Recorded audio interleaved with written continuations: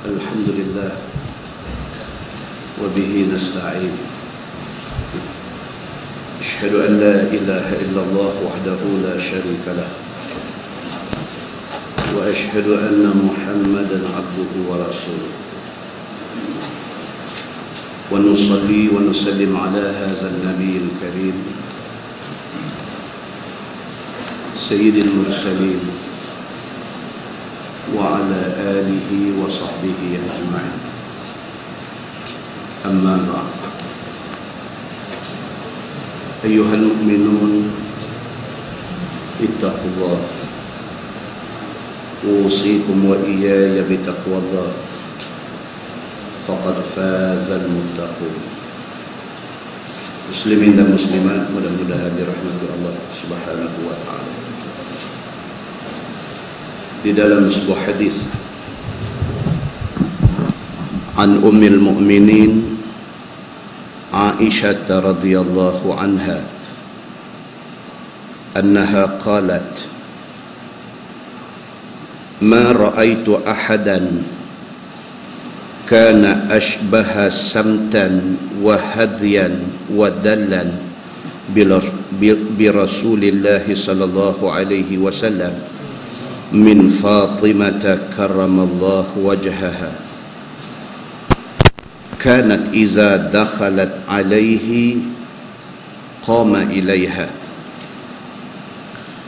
fa akhadha biyadiha wa qabbalaha wa ajlasaha fi majlisihi wa kana iza dakhala alaiha qamat ilaihi fa akhadhat biyadihi faqabbalathu wa ajlasathu fi majlisiha atau kama qala. Hadis sahih riwayat Abu Daud daripada Ummul Mukminin Aisyah radhiyallahu anha. Kata Aisyah, ma ra'aitu ahadan kana ashbaha samtan wa hadiyan wa dallan bi Rasulillah sallallahu alaihi wasallam min Fatimah karramallahu wajhaha. Kata Aisyah radhiyallahu anha, aku tidak pernah tengok satu orang pun yang mirip ataupun yang serupa dengan Nabi sallallahu alaihi wasallam dari segi sopan, dari segi tenang, dan dari segi sabar. Melainkan yang paling serupa dengan Nabi ialah anak Nabi Fatimah binti Muhammad sallallahu alaihi wasallam. Aisyah ni dia isteri Nabi, dia mak tiri kepada Fatimah. So Nabi, anak-anak dia semua dengan Khadijah aja. Isteri lain daripada Khadijah semua tak ada anak. Maka Aisyah radhiyallahu anha dia cerita tentang Fatimah anak tiri dia. Dia kata dia duk perhati tengok Fatimah anak tiri dia ni, anak Nabi, anak kesayangan Nabi sallallahu alaihi wasallam ni. Fatimah ni saling tak tumpah macam Nabi. Mirip ataupun persamaan itu dari segi samtan wa hadyan wa dallan. Dari segi sopan santunnya, dari segi tenangnya, dan dari segi kesabarannya. Apa yang ada pada Nabi ada pada Fatimah. Kata Aisyah, kanat iza dakhalat alaihi qama ilaiha fa akhadha biyadiha wa qabbalaha wa ajlasaha fi majlisihi. Aisyah kata benda ni dapat dilihat jelas apabila Nabi sallallahu alaihi wasallam didatangi oleh Fatimah radhiyallahu anha. Nabi duduk dalam majlis ke, dalam rumah ke, kalau Fatimah mai qama ilaiha, Nabi bangkit respect Fatimah ini. Oh, dia sampai macam tu. Tuan yang kata Nabi SAW, hubungan kekeluargaan dia dengan bini, dengan isteri, dengan anak-anak ni, dia macam tu. Dia satu orang yang sangat bersopan. Anak masuk mai, dia bangkit berdiri. Respect Nabi SAW walau pada anak. Aisyah duk perhati benda ni. Aisyah ni, she's very observant. Dia ni sangat observe semua benda. Dia perhati. Maka dia di antara isteri dan sahabat Nabi yang banyak merekodkan hadis daripada Nabi SAW. Pasal dia ni very observant. Dia perhati semua benda. Dia kata bila Fatimah mai, Nabi bangkit, Nabi berdiri. Fa'akhaza biyadiha, Nabi pegang tangan Fatimah anak dia ni, wa qabbalaha, Nabi sayang, Nabi cium Fatimah ini. Wa ajlasaha fi majlisih, Nabi bagi duduk dalam majlis dia, duduk sebelah dia. Demikian juga kata Aisyah, wa kana idza dakhala 'alaiha qamat ilaihi fa akhazat biyadihi faqabbalathu wa ajlasathu fi majlisiha. Demikian juga sebaliknya.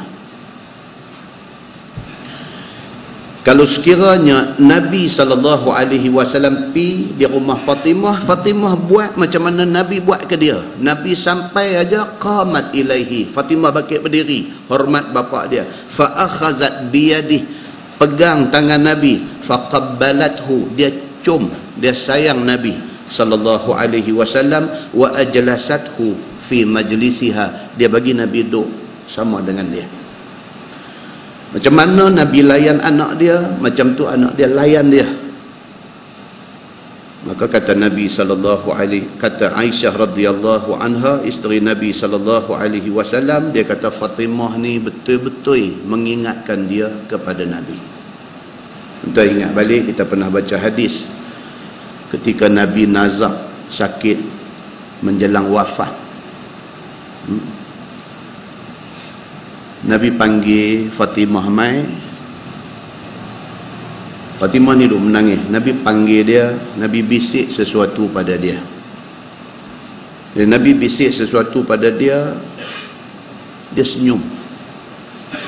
Apa yang berlaku di antara Nabi dengan Fatimah anak dia ni menyebabkan Aisyah isteri Nabi ni jadi satu question mark. Jadi dia nak tahu apa hal antara dua beranak ni. Tadi teriak, tadi menangis, Nabi panggil mai, Nabi bisik sesuatu, lepas tu dia senyum. Aisyah tanya kepada Fatimah, dia kata apa hal antara hampa dua beranak? Fatimah kata, aku tidak boleh buka rahsia Nabi sallallahu alaihi wasallam. Dia tak cerita. Sehinggalah apabila wafat Nabi sallallahu alaihi wasallam, Aisyah tak puas hati, tanya lagi Fatimah ni. Dia kata, apa benda yang dibisikkan oleh Nabi dekat engkau dulu? Baru Fatimah abang, dia kata bapak bagi tahu, kata tak lama lepas bapak mati, saya akan mati. Ada riwayat kata 6 bulan, maka mati Fatimah radhiyallahu anha. Tak sakit, tak ada apa. Betul apa yang disebut oleh Nabi sallallahu alaihi wasallam. Ini dia antara Fatimah dengan Nabi sallallahu alaihi wasallam, begitu halnya. Dalam sebuah hadis riwayat daripada Abi Hurairah radhiyallahu anhu, kata dia, kharaja Nabi sallallahu alaihi wasallam fi ta'ifatin nahar, la yukallimuni wa la ukallimuh hatta ata suqa bani Qainuqa fajalasa bi fina'i baiti Fatimah faqala an-nabi sallallahu alaihi wasallam asamma luka fahabasathu syai'an fazanantu annaha tughassiluh. Faja'a yashtaddu hatta anaqahu wa qabbalahu. Wa qala an-nabi sallallahu alaihi wasallam, Allahumma ahbibhu wa ahibba man yuhibbuh. Atau kama qala, hadis sahih riwayat Al-Bukhari. Kata Abu Hurairah radhiyallahu an, satu hari Nabi sallallahu alaihi wasallam keluar waktu tengah hari. Nabi tak bercakap apa. Nabi pergi ke pasar Bani Qainuqa. Bani Qainuqa ni satu suku daripada Yahudi Madinah. Mereka ada kawasan market mereka. Tuan, Yahudi ini daripada dulu, daripada zaman Nabi sampai kelar ni, mereka orang bisnes. Mereka orang bisnes. Sebab sampai lah ni mereka kontrol ekonomi dunia. Kata Abu Hurairah radhiyallahu anhu, dia kata satu hari tengah-tengah hari rembang, Nabi keluar, Nabi pergi ke pasar Bani Qainuqa. Selesai urusan Nabi di pasar, Nabi balik mai duduk di halaman rumah Fatimah. Rumah Fatimah tuan-tuan tang mana? Kalau kita pergi Masjid Nabawi hari ni, makam Nabi. Okey.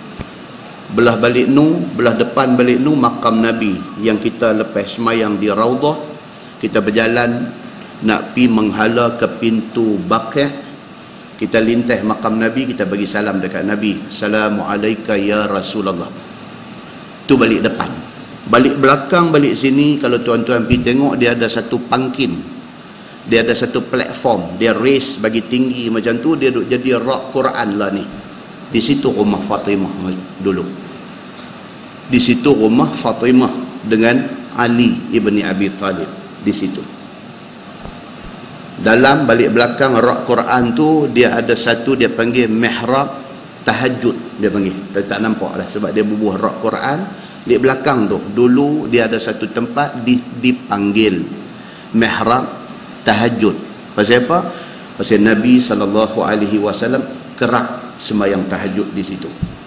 Ambil sempena Nabi selalu sembahyang di situ, maka dia panggil mihrab tahajud situ. Hadis ni cerita, dia kata Nabi SAW lepas selesai urusan dia di pasar, dia balik mai. Dia kata bifina'i baiti Fatimah, di halaman rumah Fatimah di kawasan tu. Faqala Nabi sallallahu alaihi wasallam, Nabi kata asamma luka.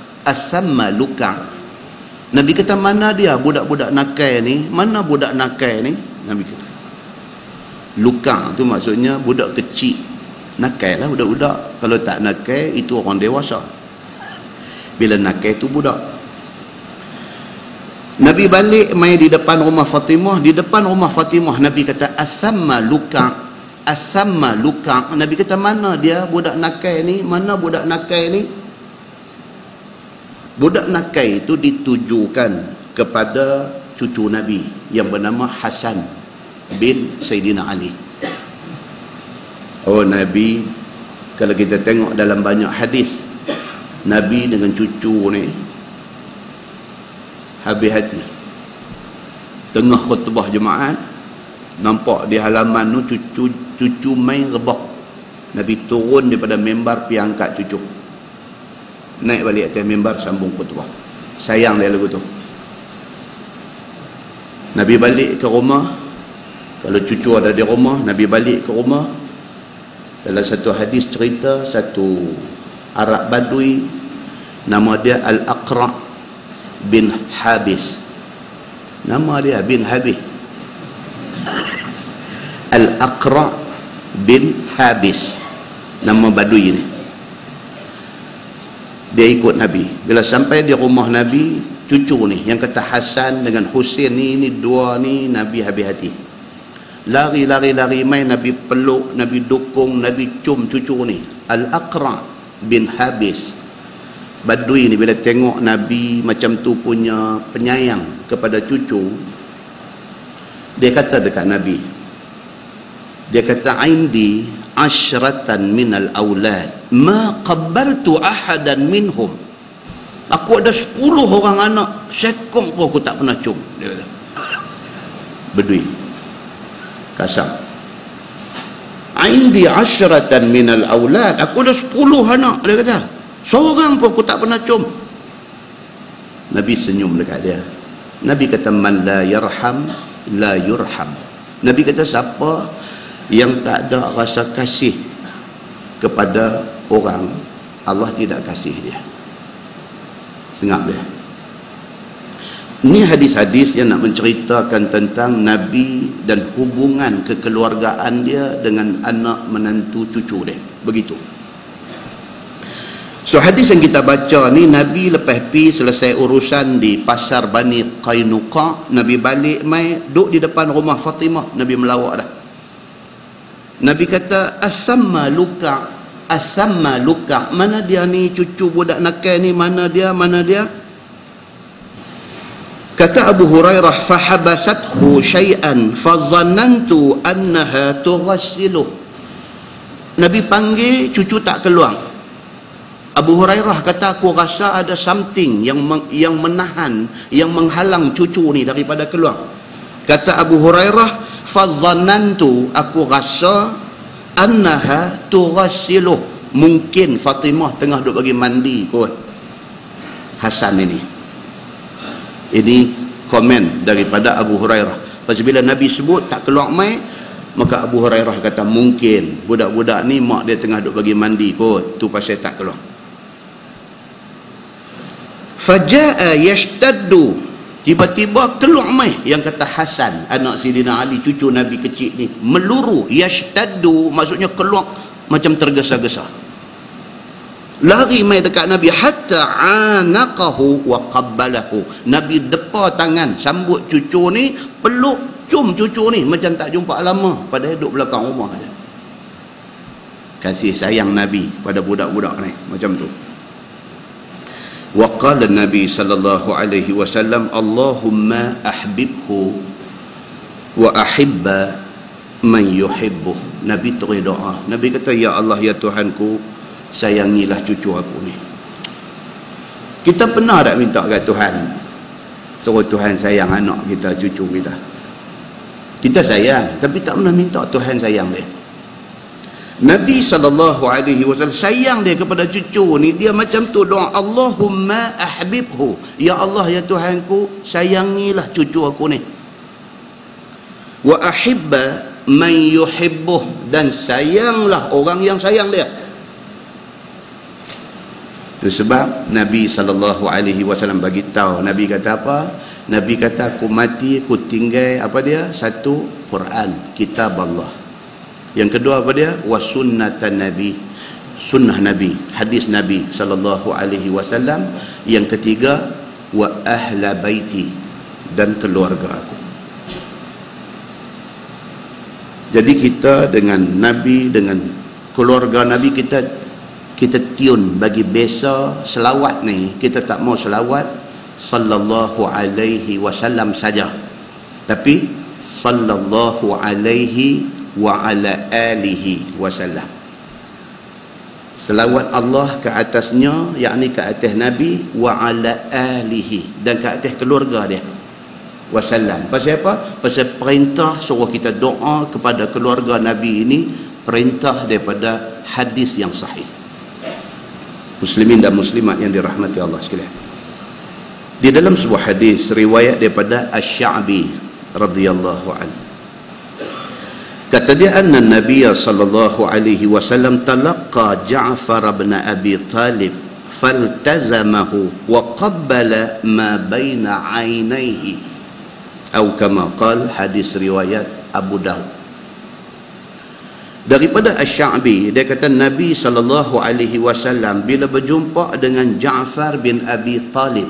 Siapa tuan-tuan Ja'far bin Abi Talib ni? Siapa? Ja'far bin Abi Talib, adik Sayyidina Ali bin Abi Talib, adik. Apa cerita besar yang ada kepada Ja'far bin Abi Talib ni? Apa satu cerita besar ada dekat dia? Dia antara korban di dalam perang Mu'tah. Mu'tah ni di mana? Di Jordan hari ini. Dan kita kalau pergi ziarah Jordan ni, tempat wajib akan pergi ziarah Mu'tah. Dulu perang jadi di situ. Yang mewakili Nabi dalam perang itu ialah Zaid bin Harisah. Siapa dia ni? Anak angkat Nabi. Yang mewakili Nabi dalam perang itu siapa dia? Ja'far bin Abi Talib. Siapa dia ni? Sepupu Nabi, adik Sidina Ali. Yang mewakili Nabi dalam perang ni siapa dia? Abdullah bin Abi Rawahah, sahabat besar Nabi. Yang mewakili Nabi di dalam perang ni siapa dia? Khalid Al-Walid. Perang jadi di Mu'tah, di Jordan tu. Nabi duk ada di Madinah. Berakhir perang dengan gugur syahid, nama-nama yang kita sebut tadi. Siapa pun tak tahu lagi. Jibril main bagi tahu dekat Nabi. Jibril main habang, dia kata, ya Rasulullah, Zaid bin Harisah sudah syahid. Ya Rasulullah, Ja'far bin Abi Talib sudah syahid. Ya Rasulullah, Abdullah bin Abi Rawahah sudah syahid. Nabi bagi tahu kepada sahabat on the spot masa tu juga. Dan Nabi bagi tahu tu mengikut sequence, mengikut susunan yang mati ni. Bendera dipegang oleh Zaid bin Harisah, tangan dia kena tetap. Sebelum bendera tu jatuh, disambak oleh Ja'far bin Abi Talib. Dia pula kena tetap. Sebelum jatuh, disambak oleh Abdullah bin Abi Rawahah. Gugur mereka ni mengikut sequence tu, dan Nabi bagi tahu mengikut susunan itu. Lepas itu baru dapat confirmation daripada utusan yang sampai. Jibril awal-awal sudah bagi tahu Nabi sallallahu alaihi wasallam. Ja'far bin Abi Talib, adik Sidina Ali ni, sepupu Nabi ni, dia dipanggil Ja'far At-Tayyar. Dalam bahasa Arab, tayrun makna dia burung, bird, tayrun. Tayyar dipanggil kepada dia Ja'far At-Tayyar. Pasal apa? Pasal dia mati tangan kudung habis. Belakang dia tinggal tulang rangka, dicincang oleh musuh di dalam perang Mu'tah. Jibril main habang dekat Nabi. Jibril kata, wahai Muhammad, Ja'far bin Abi Talib, dia ni Ja'far At-Tayyar, sebab di syurga Allah akan bagi ganti tangan yang putih itu dengan sayap, maka dia dipanggil Ja'far At-Tayyar. Nabi SAW dengan Ja'far ni Nabi cukup sayang, sepupu dia. Kata hadis riwayat Asy-Sya'bi ni, dia kata anna Nabi SAW talaqqa Ja'far ibn Abi Talib. Nabi jumpa Ja'far bin Abi Talib, faltazamahu, Nabi peluk dia, wa qabbala ma baina ainai, Nabi cium dai di antara dua pelupuk mata dia. Saya nak fokus pada malam ni, dia cerita cium ni. Dia adalah sunnah Nabi sallallahu alaihi wasallam. Muslimin dan muslimat yang dirahmati Allah sekalian. Di dalam sebuah hadis riwayat daripada Anas bin Malik radhiyallahu anhu, kata dia, qulna ya Rasulullah ayanhani ba'duna li ba'd? Qala Nabi sallallahu alaihi wasallam la. Qulna ayu'aniqu ba'duna ba'da? Qala Nabi sallallahu alaihi wasallam la, walakin tasafahu, atau kama qala. Hadis riwayat Ibnu Majah. Daripada Anas bin Malik radhiyallahu anhu, dia kata, kami tanya Nabi sallallahu alaihi wasallam, ya Rasulullah, ayanhani ba'duna li ba'din? Adakah kami bila jumpa sama-sama kami boleh hormat dalam bentuk bongkok badan macam Jepun tu? Sahabat tanya Nabi, macam mana cara kita nak show respect bila kita jumpa sama-sama kita? Adakah boleh kita bila jumpa sama-sama kita tunduk bongkok badan macam mana Jepun Korea duk buat tu? Qala Nabi sallallahu alaihi wasallam la. Nabi kata tak boleh. Itu bukan cara Islam. qulna ayu'aniqu ba'duna ba'da.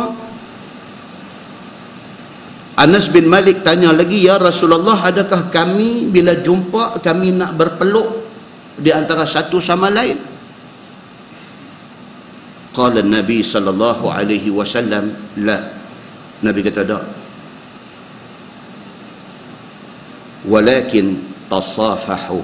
Nabi kata tapi yang diajak oleh Allah Subhanahu wa taala ialah apabila Islam dengan Islam jumpa, berjabat tangan.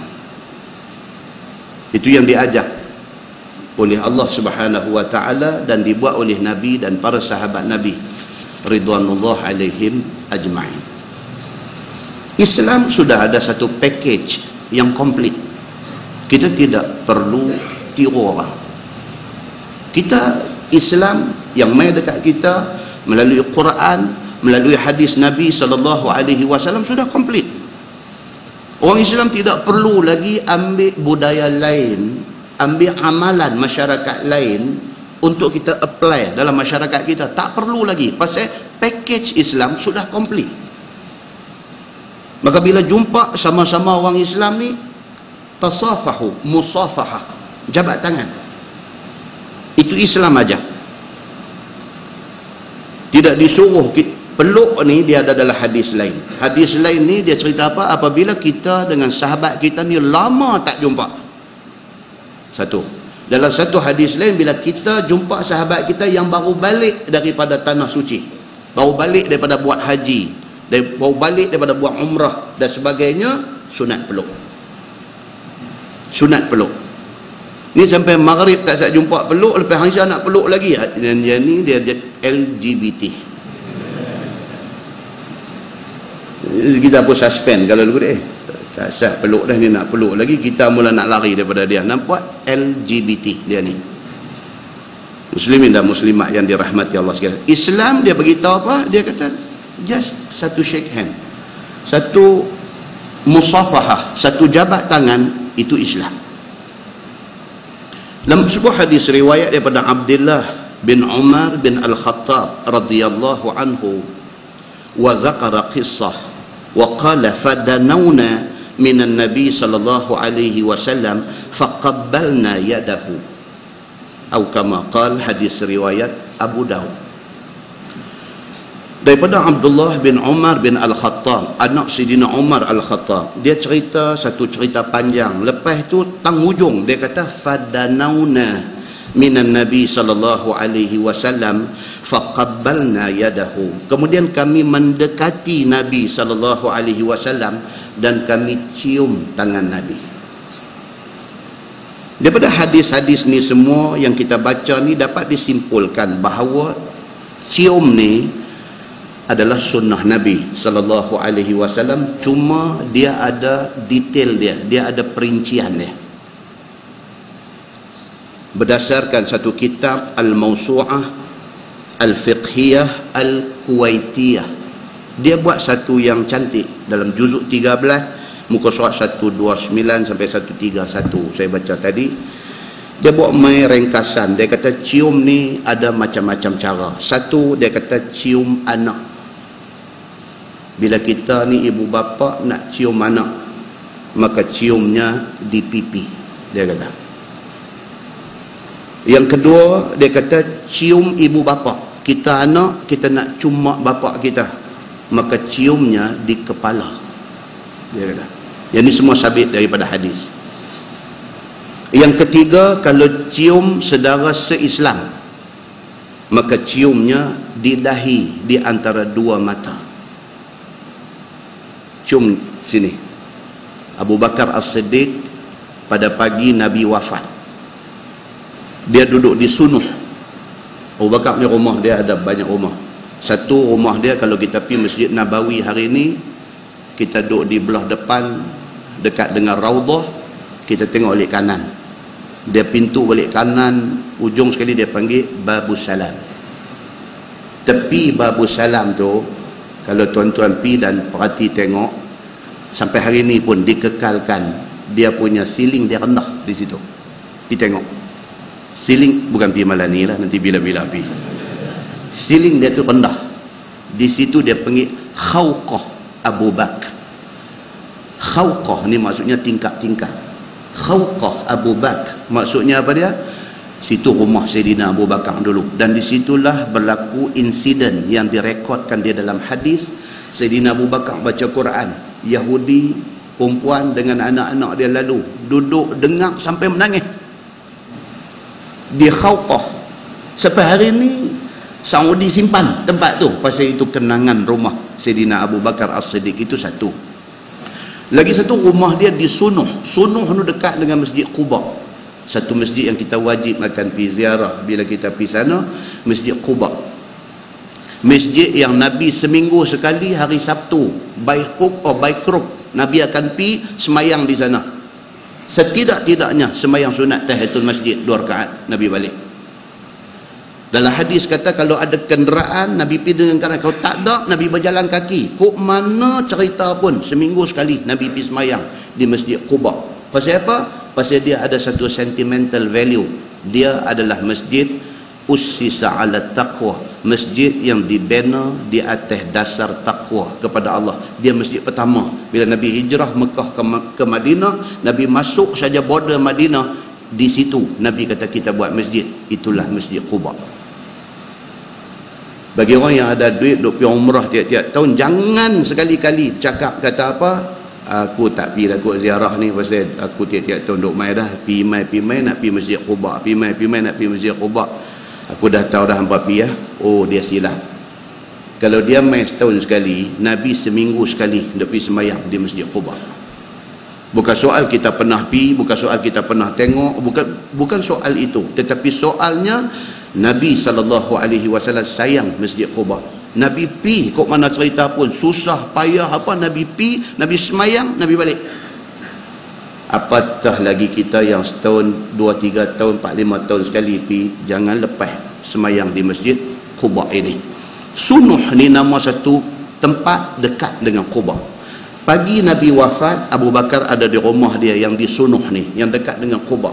Dia sampai dekat dia berita kata Nabi wafat. Dia tak cakap banyak, sengap sunyi, mulut sepatah apa pun tak kata, pegang satu kuda, mai di rumah Nabi.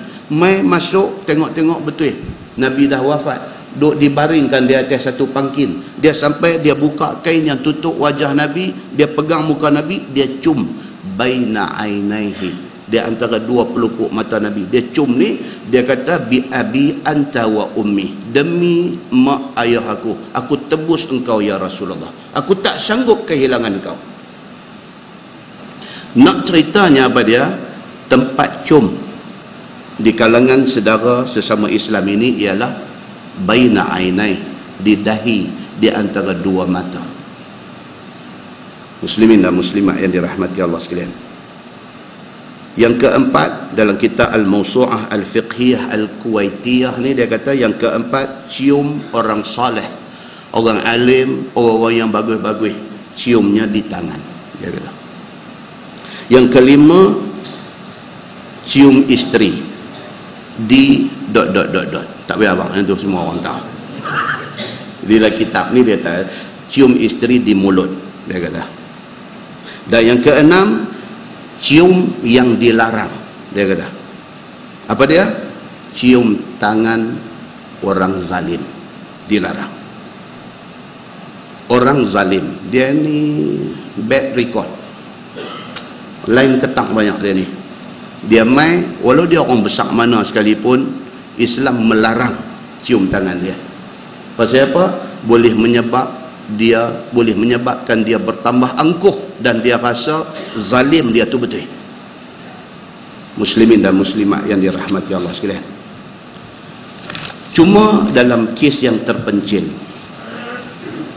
dalam sebuah hadis riwayat daripada Usaid bin Hudair, yakni rajul minal ansar radhiyallahu anhu, qala بينما هو يحدث القوم وكان فيه مزاح بين يضحكهم فطعنه النبي صلى الله عليه وسلم في خاصرته بعود فقال أصبرني فقال النبي صلى الله عليه وسلم اصطبر قال إن عليك قميصا وليس علي قميص Farafa'a an-nabi sallallahu alaihi wasallam an qamisih fahtadana wa ja'ala yuqabbilu kashhah wa qala innama aradtu hadza ya Rasulullah, atau kama qala. Hadis sahih riwayat Imam Abu Daud. Ini kes terpencil yang tidak boleh dibuat contoh. Daripada Usaid bin Hudair radhiyallahu anhu, dia sahabat Ansar, dia orang Madinah. Dia kata bainama huwa yuhadditsul qaum, satu hari Nabi tengah duk bercakap di depan sahabat-sahabat. Wa kana fihi mizahun baina yudhikuhum, tiba-tiba tahapa ke cerita di kalangan sahabat ni bunyi gelak.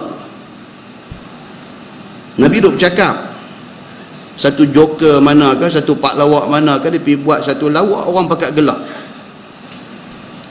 Fatta'anahu Nabi sallallahu alaihi wasallam fi khasiratihi bi'ud. Nabi duk pegang tungkat. Nabi tahu ni joker ni ada buat lawak ni. Nabi dengan tungkat dia, Nabi jolok rusuk dia. Nabi jolok rusuk dia. Hang ni aku duk bercakap serius, Nabi duk buat lawak. Nabi jolok dia lagu tu. Faqala asbirni, bila dia kena jolok dengan tongkat Nabi, dia ni yang kata joker ni. Dia kata dekat Nabi, dia kata aku nak balas balik. Oi. Nabi bukan buat bagi sakit, Nabi jolok dia pasal dia ni joker. Dia kata dekat Nabi sallallahu alaihi wasallam asbirni. Dia kata aku nak balas balik. Faqala Nabi sallallahu alaihi wasallam istabir. Nabi kata silakan. Ini dalam Islam dia panggil qisas. Qisas ni kita faham, bila sebut qisas ni maksud kalau bunuh orang, bunuh balas. Dalam Islam qisas bukan terhad kepada tafsiran itu sahaja. Qisas dalam Islam ni maksudnya setimpal. Kalau kita tak pasal-pasal pergi demah satu orang patah gigi sepuntung, dia boleh qisas kita gigi sepuntung patah. Dia demah kita patah dua puntung, dia pula sepuntung lagi. Lala rongoh dua orang sekali. Itu qisas. Al-jurhu bil jurhi, dia kata luka dengan luka. Kita pergi buat lagu mana ke, pergi duk gawang-gawang pisau, rap kata kena, terkoyak kulit dia 2 inci. Dia boleh qisas kita dengan melukakan kita pada kadar 2 inci. Ini qisas. Ni yang kata sahabat joker ni tadi ni, dia ni apabila Nabi SAW jolok dia bi'ud dengan satu kayu, kena dia kata ya Rasulullah aku nak balas balik. Nabi gentleman. Nabi kata istabir. Nabi kata silakan. Kalau aku buat salah, kalau tak puas hati, kalau nak balas balik, tafadhal. Mai, Nabi kata. Qala inna alayka qamisan wa laysa alayya qamis. Dia kata tadi tuan jolok saya tadi, saya tak pakai baju. Tuan pakai baju, tolong angkat baju, saya nak jolok. Dia ni kalau ada sama dengan kita, backhand lah sekarang. Dengan Nabi, dia pergi cakap lagu tu. Sudahlah dia kata dekat Nabi, dia nak balas balik, sahabat lain dah jegir biji mata dah, dia ni awak. Nabi kata silakan, dia kata pula dekat Nabi, dia kata tuan jolok saya tadi, saya tak pakai baju. Saya nak jolok tuan balik, tolong angkat baju. Farafa'a Nabi sallallahu alaihi wasallam an qamisih. Nabi angkat baju dia. Nah, jolok. Tu dia yang kata Nabi, tuan-tuan. Dia macam tu. Angkat. Fahtadhanahu, bila Nabi angkat dia terkam di dekat Nabi. Fahtadhanahu, dia peluk Nabi sallallahu alaihi wasallam. Lagu nak main smackdown pula dengan Nabi. Wa ja'ala yuqabbilu kashhah, dan dia cium perut di antara ni belah rusuk Nabi. Kashha ni, kashhun ni maksudnya tempat, area di antara pusat ke tulang belakang, itu dipanggil kashhun. Bila Nabi angkat aja baju, dia sabu pergi dekat Nabi, dia peluk Nabi, dia cium di kawasan tu. Maknanya di rusuk Nabi sallallahu alaihi wasallam. Wa qala, dan kata dia, innama aradtu hadza ya Rasulullah, saya nak buat yang ni aja, bukan nak jolok dengan kayu, nak cium perut Nabi aja. Tuan-tuan, kegilaan orang dekat seseorang ni macam-macam cara. Macam-macam cara. Dia syok, dia idolize satu-satu orang ni, dia nak express kesukaan dia tu macam-macam cara. Hak lagu buat postcard hantar, lagu zaman tahun 80-an dulu. Hak buat lagu lah, SMS hantar, kita tulis itu, saudara, saya betul-betul mengkagumi saudara. Kau ni pun tengok ni siapa ni, jawab balik siapa ni. Saya hanyalah peminat yang tidak dikenali. Ni karut lah, dia dah main lagu tu. Dia dah main macam ni. Dia dah main macam ni. Kalau kita layan lagi, jahanam kita.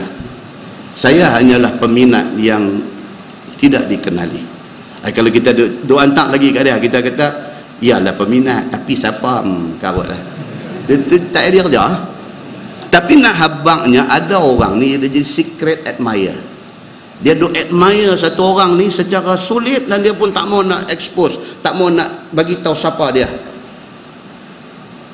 Ni di antara contoh sahabat yang admire Nabi, yang idolize Nabi, yang tak tahu nak buat macam mana ni, nak tunjuk sayang dia kepada Nabi ni. Tengok-tengok Nabi pergi jolok dia dengan tungkat, dia kata cantik, inilah satu peluang aku. Dia terus kata dekat Nabi, ya Rasulullah, aku nak balas balik. Nabi kata tak apa, silakan. Dia kata no, tadi jolok kena perut saya tak pakai baju, tolong angkat. Nabi angkat, dia totam picum perut Nabi. Ini bukan sunnah. Bukan sunnah. Itu hadis ni ada, jadi kena baca, kena bagi tahu. Pasal takut saya lagi siapa-siapa minta nak cium perut tok guru mana ke jahanam. Yang ni bukan sunnah Nabi sallallahu alaihi wasallam. Muslimin dan muslimat yang dirahmati Allah sekalian, demikian potongan-potongan hadis yang menceritakan tentang bagaimana kita nak tunjuk, kita nak ekspres sayang, hormat kita kepada orang-orang yang tertentu. Dalam lingkungan keluarga misalnya, sayang pipi dan sayang dahi dan sayang kepala, itu menjadi amalan di kalangan Nabi, di kalangan sahabat-sahabat Nabi dan keluarga mereka. Kita jadikan itu sebagai amalan kita, insyaAllah. Kita menggunakan Baharul Mazi jilid 4. Baharul Mazi jilid 4, muka surat 49. Muka surat 49. Bab fi salatil kusuf. Satu tajuk yang agak rare, yang agak jarang, tetapi berlaku. Tahun ni pun ada kot dijangkakan akan berlaku kusuf ataupun gerhana ni. So bila berlaku gerhana, Islam ada ibadat dia. Ketahuilah saudaraku, ini bab yang datang pada menyatakan sembahyang gerhana. Bahawasanya sembahyang gerhana itu telah datang syarak pada membicarakannya, dan telah datang beberapa hadis. Setengah daripadanya dikeluarkan oleh Imam At-Tirmizi. An Ibn Abbasin an Nabi sallallahu alaihi wasallam annahu shalla fi kusuf. Diriwayatkan daripada Abdullah bin Abbas radhiyallahu anhuma, daripada Nabi sallallahu alaihi wasallam, bahwasanya telah sembahyang ia pada gerhana matahari. Maka kemudian daripada takbiratul ihram memperbuat Nabi begini. Dia kata, ini nak cerita kata Nabi buat yang kata sembahyang gerhana ini. Nabi buat pada zaman dia. Gerhana di antara gerhana yang berlaku zaman Nabi ni bila berbetulan dengan hari wafatnya anak Nabi yang bernama Ibrahim. Kan Ibrahim anak Nabi, tapi dia bukan anak dengan Khadijah. Ibrahim ni anak Nabi hasil dengan satu perempuan jariah. Ibrahim bukan anak Khadijah, dia anak dengan satu perempuan hamba. Nabi ada seorang anak dengan dia ni. Ibrahim ni daripada beranak tak sihat. Daripada beranak tak sihat, Nabi bagi satu orang yang bernama Ummu Saif belah dia. Belah dia, bagi susu ke dia, apa semua Nabi bagi. Ummu Saif. Ummu Saif ni laki dia Abu Saif, kerja pandai besi. Kerja duk buat besi, duk buat parang, buat pisau macam tu. Dia pandai besi. Nabi tengah duduk di masjid, orang mai bagi tahu. Kata Ibrahim tenang. Nabi pi. Bila Nabi pi, Nabi pegang, Nabi dukung, Nabi sayang anak ni Ibrahim ni, dan Ibrahim mati di pangkuan Nabi. Ni Ibrahim ni. Ibrahim ini berbetulan hari mati dia, hari wafat dia gerhana. Sehingga sebahagian orang pi kata gerhana ni kerana matinya anak Nabi. Dia jadi macam tu. Maka Nabi SAW perbetulkan benda ini. Nabi kata gerhana tidak berlaku kerana mati sesiapa, tetapi gerhana berlaku kerana tanda kebesaran Allah Subhanahu wa ta'ala. Planet alam cakrawala ni satu alam yang cukup hebat. Dalam kehebatan dia ni, Tuhan dah buat dah, dia ada timing masa dia. Tuhan dah buat dah, dia mai satu time dia akan duduk satu garisan yang boleh membawa kepada sama ada gerhana matahari ataupun gerhana bulan. Tengok position masing-masing ni di mana. Benda tu berlaku nak bagi tahu dekat kita bahawa itu tanda kebesaran Allah. Allah yang mengaturkan perjalanan planet-planet ni semua. Allah boleh atur dia bagi berjalan pada rel dia, dan Allah juga boleh bagi dia derail. Dia nak buat yang tu. Bila Allah nak bagi ni semua ni jadi derail dan jadi tergelincir keluar daripada rel dia, bila kiamat. Bila sampai hari kiamat, Allah akan lepas alam cakrawala ni berjalan ikut suka dia. Jadilah filem orang putih 2012 dia jadi. Ini benda dia. So bila berlaku sahaja fenomena gerhana ini, orang Islam disuruh semayang dan diakhiri semayang itu dengan satu khutbah yang konten isi kandungan khutbah itu ialah bagi tahu kebesaran Allah Subhanahu wa ta'ala, dan bagi tahu kata kalau Allah boleh bagi planet ini jalan pada garisan dia, Allah juga boleh menggelincirkan dia. Hari ini Allah tak bagi dia gelincir, kita kena bersyukur kepada Allah kerana kita ada lagi hari untuk mengambil nafas di atas muka bumi ini. Itu konten kepada khutbah sembahyang kusuf ataupun sembahyang gerhana. Ni dia nak beritahu. Dia kata maka Nabi SAW sembahyang itu cara dia faqara'a summa raka'a summa qara'a summa raka'a summa qara'a summa raka'a salasa marrat. Itu hadis dia. Yang kata sembahyang gerhana itu apa dia? Maka membaca Nabi SAW Fatihah, lepas itu baca surah, kemudian rokok, kemudian bangkit daripada rokok, membaca lagi Fatihah, kemudian membaca lagi surah, kemudian rokok lagi, kemudian bangkit daripada rokok, membaca lagi Fatihah, membaca lagi surah, kemudian rokok lagi, kemudian bangkit daripada rokok. Macam tu yang kata sembahyang gerhana. Sekali lagi kita akan buat satu conclusion bagi nampak terang. Lah kita baca hadis dulu. Kemudian rokok dia pada kali yang ketiga, kemudian bangun berdiri. Summa sajada sajdataini wal ukhra mislaha. Kemudian daripada dah 3 kali rokok diikuti dengan 2 kali sujud, dan kemudian bangkit pada rakaat yang berikutnya buat serupa yang rakaat pertama tadi. Itu yang dikatakan sembahyang sunat gerhana, dia kata. Kata At-Tirmizi, dan pada bab ini ada riwayat daripada Sayyidina Ali dan Aisyah dan Abdullah bin Amru dan An-Nu'man bin Bashir dan Al-Mughirah bin Syu'bah dan lain-lain lagi. Banyak sahabat meriwayatkan hadis ini. Baik, tuan-tuan buka muka sebelah. Dia kata, katanya lagi, bermula hadis Ibnu Abbas itu hadis yang hasan lagi sahih, dan dikeluarkan dia di dalam Muslim, di dalam sahihnya. Dia tuan-tuan, satu benda yang kita sentiasa nak kena backup dalam kepala kita ni apa dia? Ibadat khusus ni tak boleh reka. Yang tu kena backup siap-siap. Ibadat khusus apa dia? Semayang, puasa, zakat, haji, umrah, ni semua ibadat khusus. Kita nak buat benda-benda ni jangan memandai. Kita nak buat benda ni tidak ada ruang untuk menunjukkan kreativiti. Tak boleh. Kita kena strictly ikut macam mana yang Nabi bagi tahu.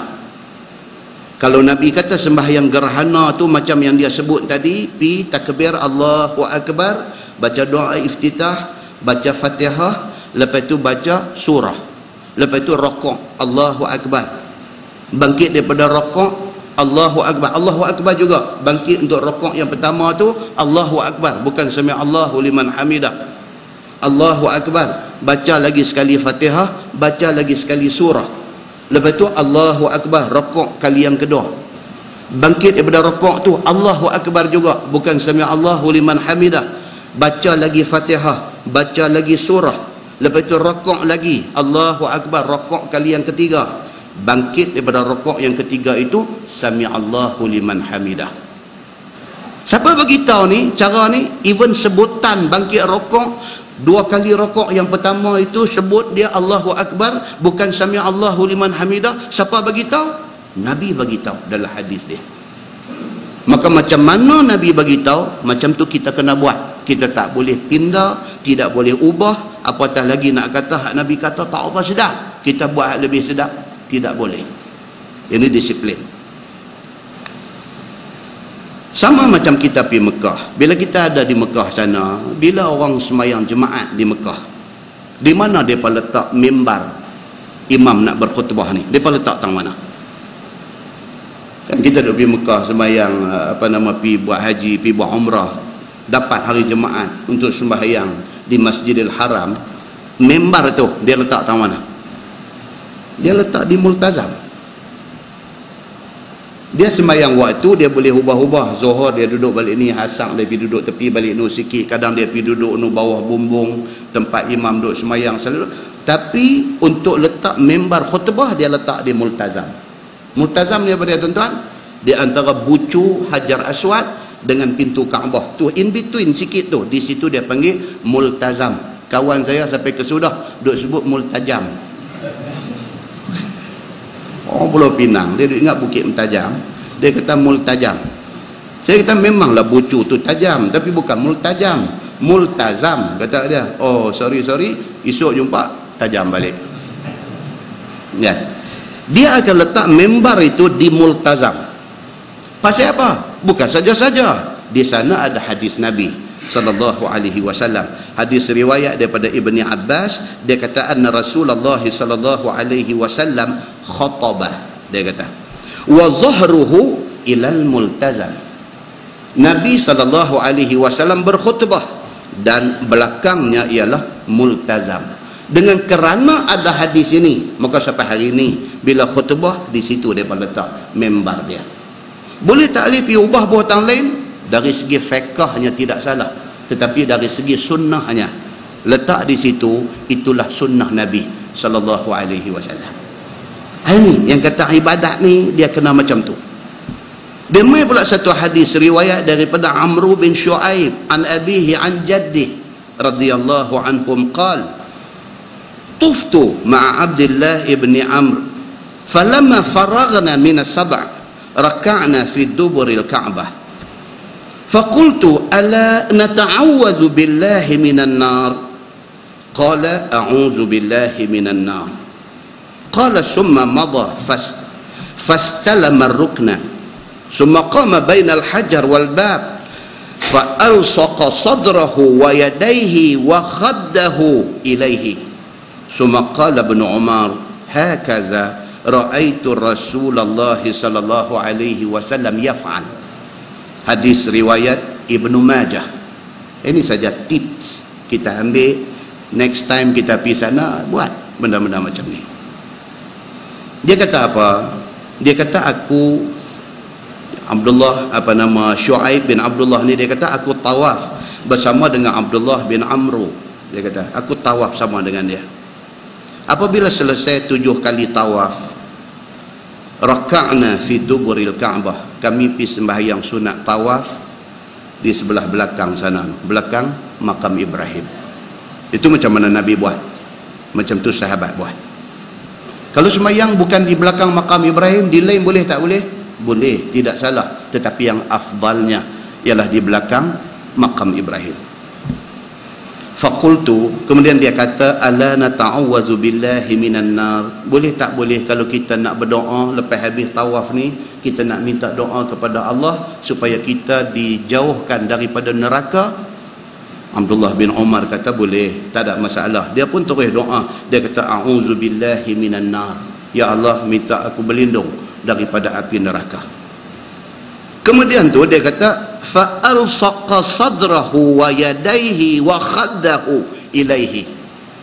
Abdullah bin Umar bin Al-Khattab, anak Sidina Umar Al-Khattab, sahabat yang banyak riwayat hadis daripada Nabi ni, lepas dia berdoa, lepas tawaf, sembahyang sunat, tawaf di belakang makam Ibrahim, lepas tu mai dekat multazam ni berdoa. Lepas berdoa, Abdullah bin Umar bin Al-Khattab dia pi dekat multazam, di antara bucu Hajar Aswad dengan pintu Kaabah tu, dia pi situ, dia buat apa? Fa alsaqa sadrah, dia pi tempek dada dia di dinding Kaabah. Dia pi tempek dada dia di dinding Kaabah.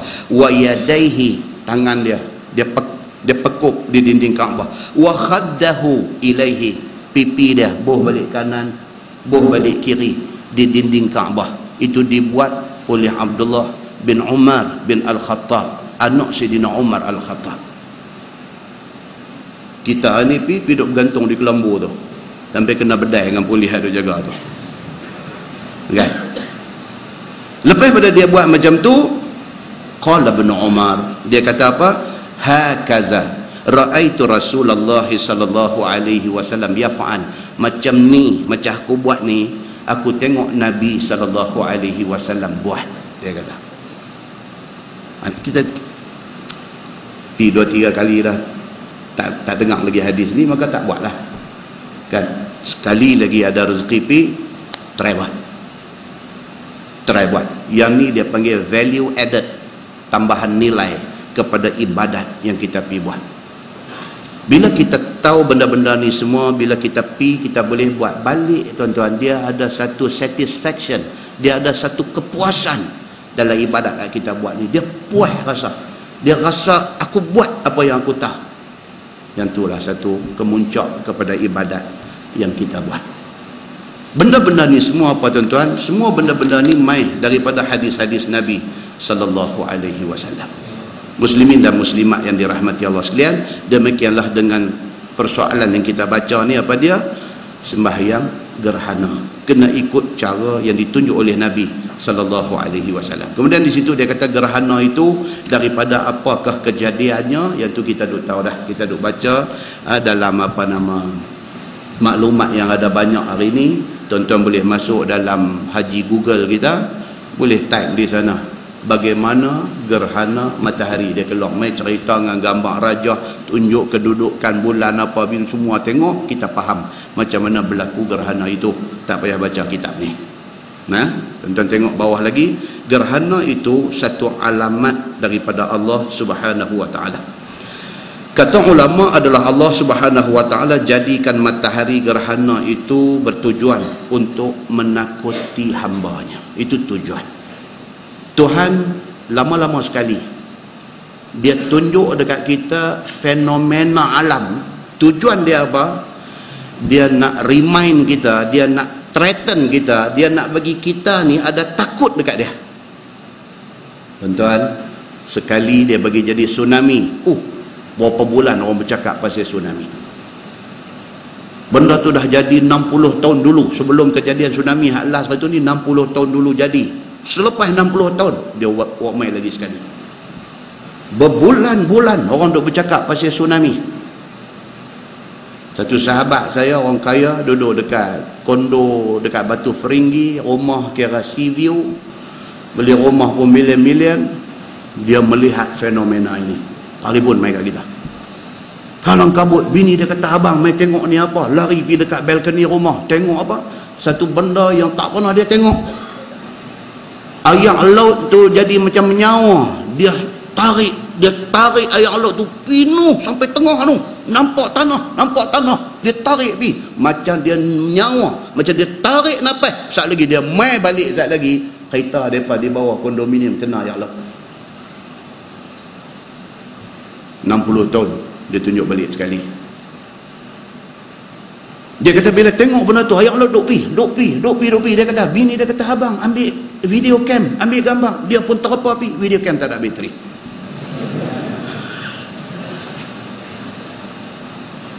Duk telefon kita, ustaz, dia kata sayang betul ya, tak ada bateri, baru nak ambil wire, baru nak cas, ayang mai dah lah. Kalau boleh ambil gambar tu dia duk tarik nafas tu, dia nak sembok mai ayam tu, yang dia ketinggian dia sampai berapa meter ni. Allahu akbar tuan-tuan. Yang ni lah yang dia kata apa dia? Satu alamat daripada Allah Subhanahu wa taala. Kata ulama, Allah Subhanahu wa taala jadikan matahari gerhana juga tujuan dia nak menakuti hamba dia. Pasal apa tuan-tuan? Pasal orang tak takut ke Tuhan ni ramai lah ni. Tak takut. Nak bercakap apa dekat dia? Nak bercakap pasal dosa, pasal pahala, pasal syurga, pasal neraka, pasal langgar perintah Allah dalam Quran, pasal nak cakap apa? Aku tak takut, dia kata. Ui, ramai duk dalam ni, ramai. Tak heran dengan apa juga ancaman yang mai dalam Quran, dalam hadis Nabi sallallahu alaihi wasallam. Maka once a while Tuhan yang tiwak mai benda-benda macam ni, kecut perut Zat, dandan hak dah tak semayang 2 tahun dah, pergi ambil ayat semayang. Muslimin dan muslimat yang dirahmati Allah sekalian, kerana segala perkara di dalam dunia ini bersumberkan matahari. Sekiranya tidak ada matahari, nescaya kelam alam ini. Matahari ini dia macam ayam, dia sumber kehidupan. Boleh kita bayangkan kita hidup sebulan tanpa cahaya matahari? Oh, kacau tuan-tuan. Proses fotosintesis, pokok-pokok hijau tak jalan. Tuan-tuan cerita pasal baju tak kering, pasal apa? Pasal dryer boleh belilah ni bagi kering. Tuan-tuan cerita pasal tu, orang cakap pandai nanti ada banyak. Tak, cakap pasal lain. Tak berlaku ni proses-proses fotosintesis, pokok-pokok apa semua ni, dia tak jalan proses tu semua. Itu semua sunnatullah. Itu peraturan yang telah diset oleh Allah Subhanahu wa taala. Bila dia buat benda ni bagi jadi, failure habis.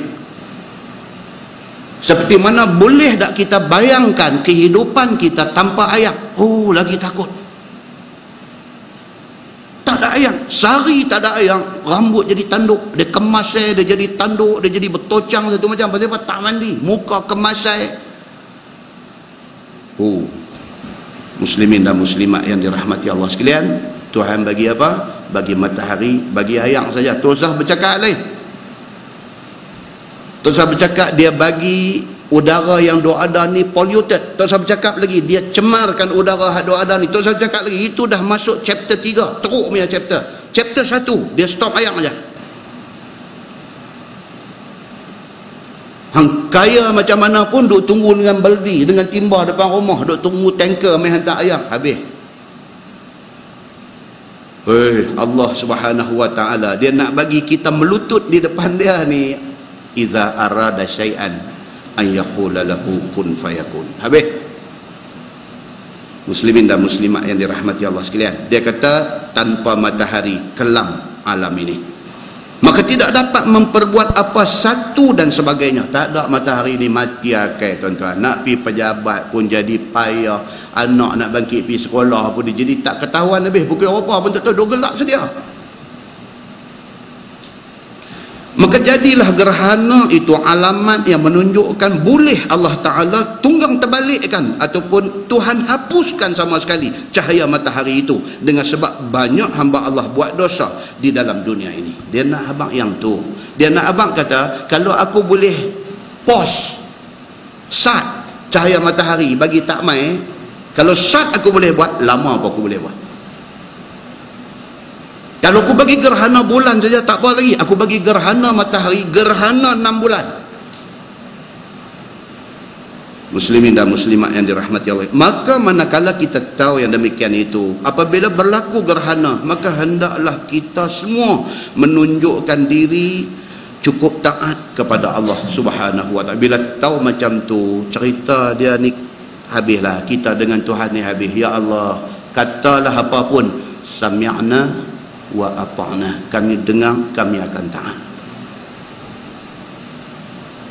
Yang tu besar sangat. Kita kata lagu ni lah, kita kata kita duk kerja hari-hari, syarikat kita, tempat kerja kita tak bagi gaji 6 bulan, agak-agak jadi ke mana? Tu Zah kata tak bagi angin, tak bagi air, tak bagi dia tu besar sangat. Bagi kecil punya contoh ya. Kecil punya contoh, kita duk kerja ni. Gaji haduk dapat ni kira cun-cun aja. Cun-cun maksudnya apa? Dia lagu nak main 28, 29, lagu duk tak ada duit dah. Dia jadi lagu tu.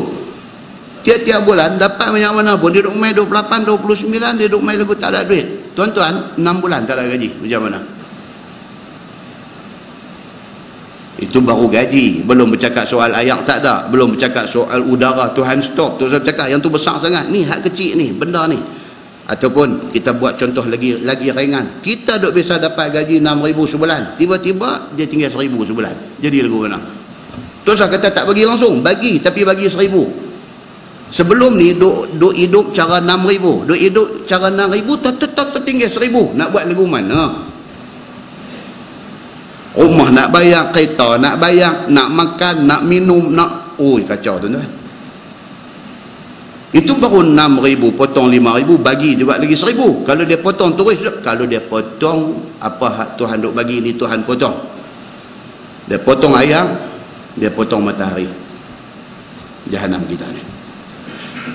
Maka lagi Tuhan duk bagi kat kita ni, kita kena taat dekat dia.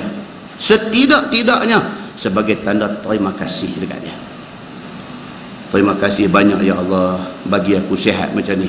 Terima kasih banyak ya Allah bagi rumah tangga aku bahagia macam ni. Terima kasih banyak ya Allah bagi anak-anak dengar cakap macam ni. Terima kasih banyak ya Allah. Yang tu kena duk wirid dalam hati. Muslimin dan muslimat yang dirahmati Allah sekalian. Dia kata iaitu tidak lebih baik daripada sembahyang yang dilakukan oleh Nabi sallallahu alaihi wasallam. So, tanda terima kasih kita yang paling baik ialah sembahyang. Thank you very much ya Allah atas apa yang kau bagi selama ni. Terima kasih banyak bagi aku boleh bangkit pagi, boleh duk tarik nafas elok. Terima kasih banyak ya Allah. Itu sebab Nabi ajak apa? Bangkit pagi baca alhamdulillahillazi ahyana ba'dama amatana wa ilaihin nusyur. Ya Allah ya Tuhan, aku syukur padamu ya Allah yang memberi aku hidup selepas tadi aku mati. 6 jam tadi kita tidur tu kita mati. Terima kasih pagi ini pukul 5 bagi mata kita buka. Terima kasih banyak ya Allah. Diajak kita macam tu, jadi abdan syakura, jadi hamba yang terima kasih kepada Allah. Baik, kemudian di bawah tu dia kata sembahyang gerhana matahari dan juga khilaf ulama padanya. Yang tu semua dia cerita panjang, tuan-tuan buka sebelah tengok hadis dia. Tengok hadis dia, kita baca hadis dia, sekali kita buat kesimpulan. An Aisyah radhiyallahu anha qalat khusifati syamsu ala ahdi Nabi sallallahu alaihi wasallam fasalla Rasulullah sallallahu alaihi wasallam bin nas fa atala al-qira'ah thumma raka'a fa atala ar-ruku' thumma rafa'a ra'sahu fa atala al-qira'ah wa hiya duna al-ula thumma raka'a fa atala ar-ruku' wa huwa duna al-awwal thumma rafa'a ra'sahu fasajada thumma fa'ala mithla dhalik fi ar-raka'ati ats-tsaniyah. Itu hadis dia. Jom kita tengok makna dia. Diriwayatkan daripada Aisyah radhiyallahu anha, kata dia telah digerhanakan matahari pada zaman hayat Nabi sallallahu alaihi wasallam. Zaman Nabi berlaku gerhana. Maka sembahyang Nabi sallallahu alaihi wasallam berjemaah dengan orang ramai, yakni dengan sahabatnya. Nabi menjadi imam dan orang-orang menjadi makmum. Maka memanjang Nabi akan bacaan kemudian daripada takbiratul ihram, dan ialah suratul Baqarah. Punggah kita. Nabi semayang yang kata gerhana bila jadi ni, Nabi SAW sembahyang, takbir Allahu Akbar, iftitah, Fatihah, lepas itu Al-Baqarah. Memang kita tak semayang dah lah dengan dia, kompom tak semayang dengan dia. Al-Baqarah mana boleh, tak boleh tahan. Kemudian dia kata rokok Nabi, maka memanjang Nabi akan rokoknya hampir-hampir selama membaca surah Al-Baqarah itu. Rokok pun sama panjang dengan surah Al-Baqarah. Mula-mula serban dulu terongkai jatuh, lepas tu ketayap pula, dia jatuh bergolek api pula, lepas tu kita jatuh sekali.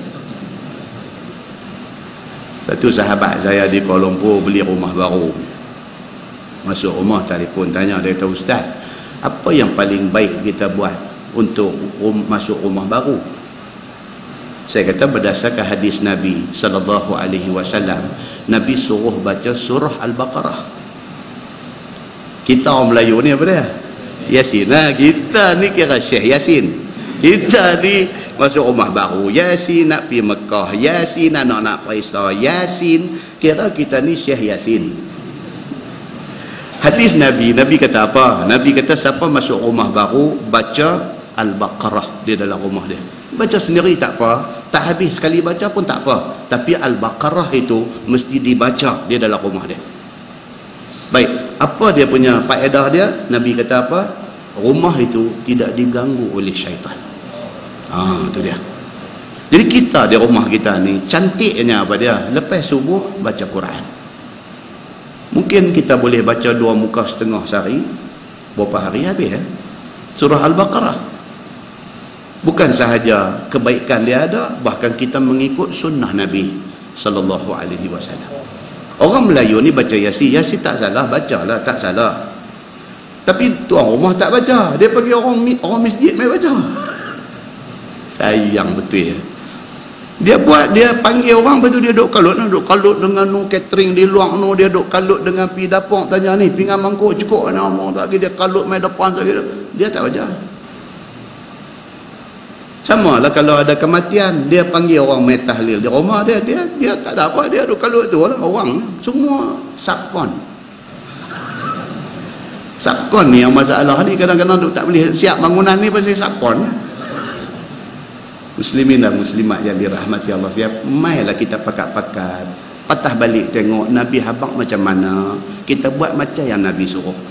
Betapa cantiknya kita ni, muslimin dan muslimat yang dirahmati Allah sekalian. So dia kata apa? Nabi sembahyang rakaat pertama Fatihah surah Al-Baqarah. Lepas itu rokok Nabi yang pertama tu sama panjang dengan surah Al-Baqarah. Dia kata kemudian mengangkat ia akan kepalanya bangkit berdiri, maka memanjang dia akan bacaannya pula, iaitu surah Ali Imran. Bangkit daripada rokok pertama tu Allahu Akbar Fatihah, lepas Fatihah dia main Ali Imran pula. Itu dia kata, dan tiada kurang panjangnya daripada bacaan yang pertama tadi, lebih kurang pendek sikit daripada Al-Baqarah tadi. Kemudian rokok Nabi kali yang keduanya, kemudian bangkit pula dia dan memanjangkan pula rokoknya. Rokok tadi pun dipanjangkan sama panjang dengan surah Ali Imran tadi. Kemudian mengangkat dia akan kepalanya bangun berdiri, dia kata dah 3 kali sujud dia.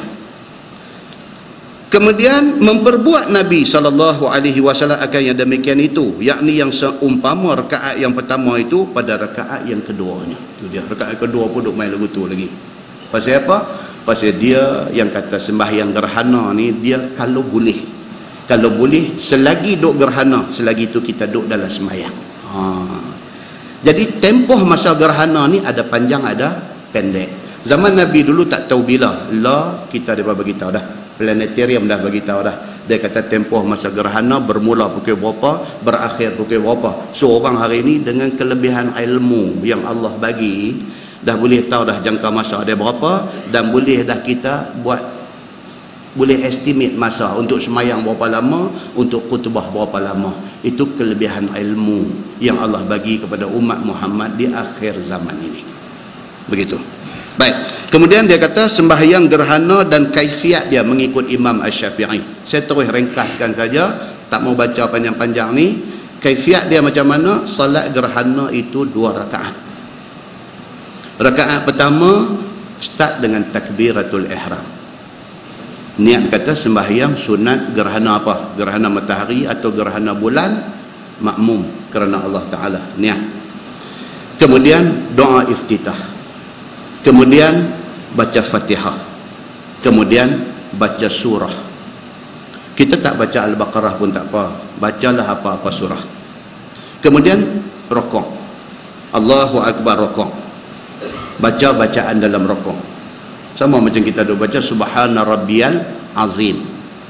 Kemudian bangkit daripada rukuk, Allahu akbar juga. Allahu akbar juga. Kemudian Fatihah lagi sekali, kemudian another surah. Baca surah lagi satu. Kemudian rukuk. Allahu akbar rukuk. Bangkit daripada rukuk, sami'allahu liman hamidah. Ini bagi kaifiat rukuk 2 kali. Hadis mai berbagai-bagai. Ada kata rokok 2 kali, ada ketika Nabi buat rokok 3 kali, ada waktu Nabi buat rokok 4 kali, ada waktu Nabi buat rokok 5 kali. Semua ada sandaran hadis daripada Nabi SAW. So contoh yang kita ambil ni apa dia? Rokok 2 kali saja. Biasalah kita selalu ambil yang tak menyusahkan. Kan? Pasal apa? Pasal kita duduk semayang pun semalam kita beritahu di Masjid Padang Temusuk, hang habang lah baca Fatihah, baca surah apa pun, habang lah aku baca Fatihah saja.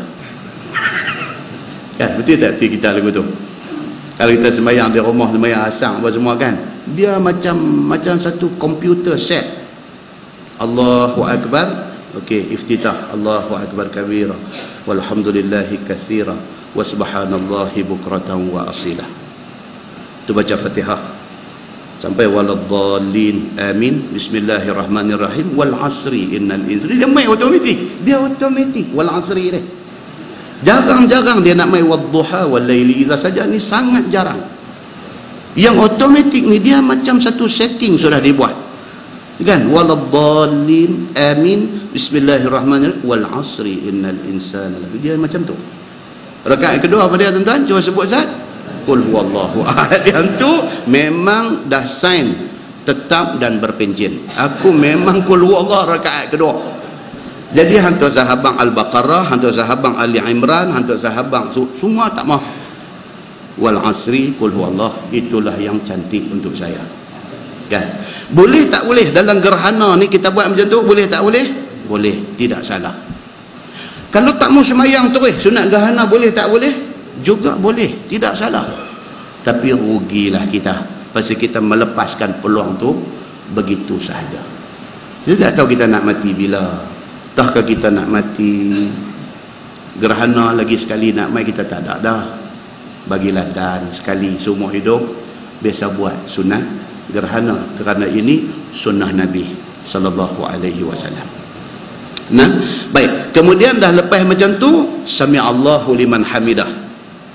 Sujud, duduk antara 2 sujud, bangkit Allahu akbar rakaat kedua macam tadi juga, Fatihah surah, Allahu akbar rukuk, bangkit daripada rukuk yang mula, Allahu akbar juga, Fatihah surah, Allahu akbar rukuk yang kedua, bangkit pada rukuk yang kedua, sami'allahu liman hamidah, lepas itu sujud, duduk antara 2 sujud, bangkit tahiyat akhir, assalamualaikum warahmatullahi, assalamualaikum warahmatullahi, tamam, habis, selesai sembahyang kita. Itu yang dikatakan sunat gerhana. Baik, itu kaifiat dia. Saya terus langkah, kita tak baca satu-satu sebab dia cerita dia meleret-leret di situ. Tonton buka muka sebelah.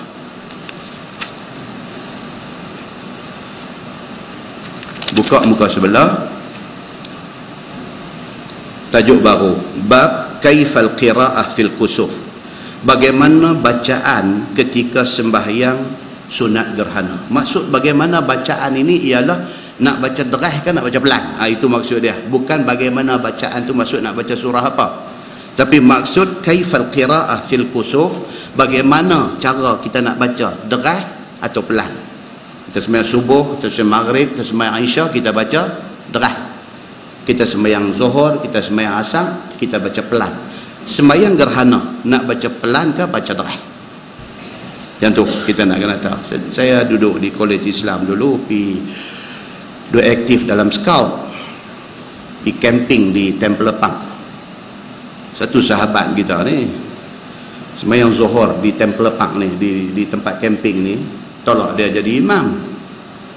Dia pergi baca derah macam zuhur ni, jadi imam baca derah. Bismillahirrahmanirrahim. Kawan belakang kata teruk suruh dia ni sampai tak tahu lohong baca pelan. Padahal Kolej Islam, mana boleh tak tahu. Tingkatan 1, 2, 3 dah sekolah menengah agama dah. Masuk form 4 Kolej Islam takkan tak tahu lagi kan. Berah tu. Kawan belakang ni kata subhanallah, dia duduk derah betul lah. Sampai bagi salam. Salam kata apa? Semua yang zuhur baca derah apa? Aku baca derah ya, dia kata. Yang tu yang budak-budak lah duk kata apalah jingga. Dia jadi tak tahu macam mana. Pasal apa agak-agak tuan? Tak biasa. Tiba-tiba orang tolak jadi begitu. Biasa jadi khatib baca khutbah hari Jumaat, habis khutbah pertama, sebelum khutbah kedua dia kena apa? Kena duduk. Itu lupa duduk. Pasal apa? Dia tak pernah baca khutbah. Dia bagi tungkat tu pun dia rasa macam 1 tan berat tungkat tu. Dia tak pernah baca khutbah, pegang macam nak jatuh tungkat tu. Habis khutbah pertama tak duduk, duduk berdiri cegat begitu. Orang pekat dia tengok, awak dia tak duduk awak dia tak duduk belakang duduk buat begitu. Terus duduk. Dia pun duduk tengok, awak dia buat begini ke? Dia panik, bukan dia tak hati, dia panik. Sama macam kita duduk dalam kalangan kita ni tak pernah jadi imam, betul orang tolak kita naik jadi imam. Tak apalah, jadi imam tu boleh. Lepas jadi imam apa semua, wirid apa semua, main tang doa tu. Dia bukan tak ingat doa, tapi bila jadi imam tak ingat. Allahumma tu masalah tu. Pasal apa? Bukan dia tak hafal, bukan gemuruh, dia main panik. Bila main panik dia jadi macam-macam. Jadi maafkanlah hak mana sikit-sikit sebanyak aduk jadi itu, anggap kata darah gemuruh dia main. Begitu. Kan? Sama juga dengan hari raya. Dia tak pernah takbir raya. Tahu mikrofon tu duk main kat dia. Dia kata tak apa. Baca tak apa buat elok dah tu. Dia kata dah ya. Tak apa bagi juga Allahu Akbar, tak apa. Dia main tang mana? Main tang sedekah wang dah nenek di pasal lah. Sedekah wang kawang. Dia kata apa? Aku kata dah aku tak boleh, dia kata. Kan? Jadi semua dia duduk di bawah satu tajuk. Tajuk dia apa? Gemuruh. Dia jadi gemuruh. Baik. Ni dia nak kata sembahyang gerhana ni nak baca derah ke nak baca pelan. Ketahuilah saudaraku, bacaan di dalam sembahyang gerhana itu telah datang hadis dikeluarkan oleh Imam At-Tirmizi, 2 hadisnya. Yang pertama an Samurah bin Jundub radhiyallahu an. Qala shalla bina Nabi sallallahu alaihi wasallam fi kusuf la nasma'u lahu sautan. Ini satu hadis. Diriwayatkan daripada Samurah bin Jundub radhiyallahu anhu, kata dia telah sembahyang dengan kami oleh Nabi sallallahu alaihi wasallam berjemaah di dalam sembahyang gerhana. Tidaklah kami dengar suara bacaan Nabi. Ini satu riwayat. Nabi jadi imam sembahyang gerhana, Nabi baca pelan, makmum tak dengar. Itu satu. Sama macam Kihat tadi ni, bila jadi imam ni dia duduk main gelabah, dia lupa Bismillahirrahmanirrahim, alhamdulillah, tonik bunyi tang ujung. Lu betul ya, dia duduk main tang ujung sikit-sikit tu ya bunyi. Kawah makmum belakang pun sambil berjam mata, bunyi derah ya amin, bunyi derah ya amin. Padahal apa dia baca pun tak tahu. Jadi dia taktik ni ada banyak tuan-tuan, taktik ni. Kan? Baik. Lepas itu dia kata apa? Hadis yang kedua. An Aisyah radhiyallahu anha anna Nabi sallallahu alaihi wasallam shalla salat al-kusuf wa jahara bil qiraati fiha. Diriwayatkan daripada Aisyah radhiyallahu anha bahwasanya Nabi sallallahu alaihi wasallam sembahyang gerhana, Nabi menyaringkan bacaannya. 2 riwayat. Satu riwayat kata Nabi jadi imam sembahyang gerhana tapi pelan. Satu riwayat kata Nabi jadi imam sembahyang gerhana tapi Nabi baca pelan. Tak betul-betul derah ke pelan? Itu persoalan nanti mai. Betul-betulnya bila jadi imam sembahyang sunat gerhana ni nak baca derah kan nak baca pelan. Di bawah tu cerita perbincangan ulama panjang. Kita ambil satu kesimpulan saja. Jumhur ulama kata apa? Jumhur ulama dan juga Imam An-Nawawi, dia kata apa? Kalau sekiranya gerhana itu gerhana bulan, maksudnya bila? Malam, maka bacaannya nyaring, diderahkan. Sekiranya gerhana itu gerhana matahari, maksudnya bila? Siang, maka sembahyang itu dibaca pelan. Itu yang disepakati oleh majoriti ulama. Semuka tu nak cerita yang tu aja. Tonton buka muka sebelah. Okey, buka muka sebelah. Masalah dia kata, memendekkan bacaan dan rokok di dalam sembahyang gerhana, apa hukumnya? Nabi baca apa tadi lepas Fatihah? Al-Baqarah. Rokok yang kedua bangkit Ali Imran. Itu yang Nabi baca. Baik, now dia kata kita nak baca bacaan pendek. Macam mana cerita? Boleh tak boleh? Kata Imam Nawawi di dalam Syarah Muslim, dan telah sepakat ulama atas sunat memanjangkan bacaan dan memanjangkan rokok pada kedua rakaat sembahyang gerhana, sebagaimana datang ia pada beberapa hadis. Sunat panjang, dia kata pasal hadis duk mai cerita Nabi baca panjang.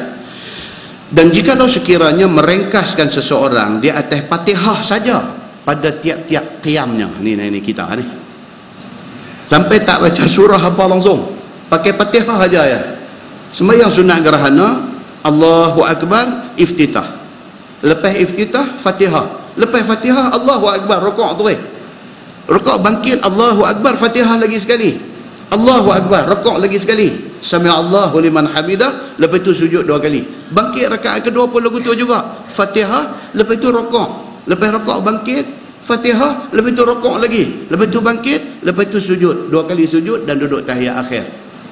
Boleh tak boleh? Imam Nawawi kata apa? Boleh, tidak jadi salah.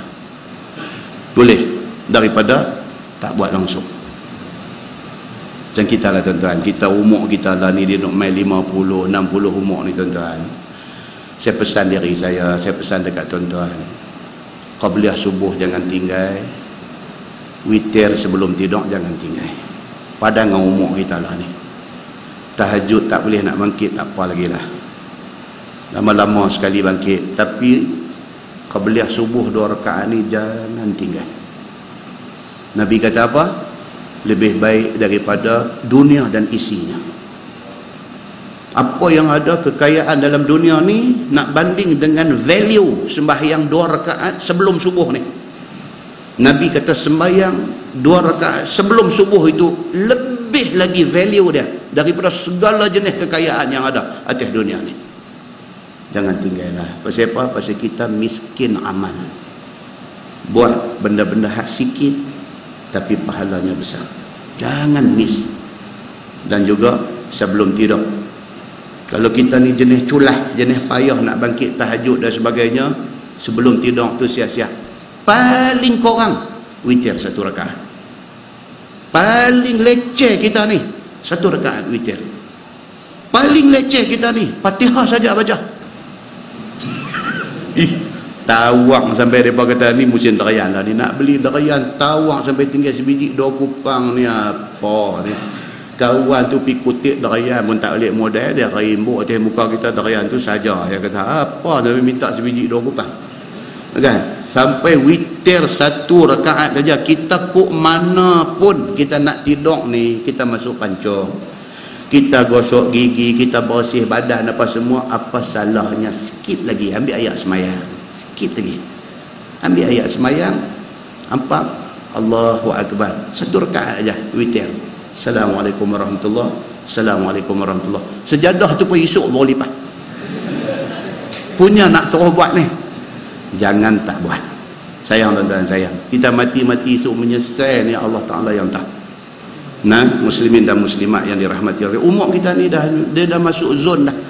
Kita ni umur kita ni dah masuk zon dah. Zon apa? Zon SMS duk main abang kawan mati.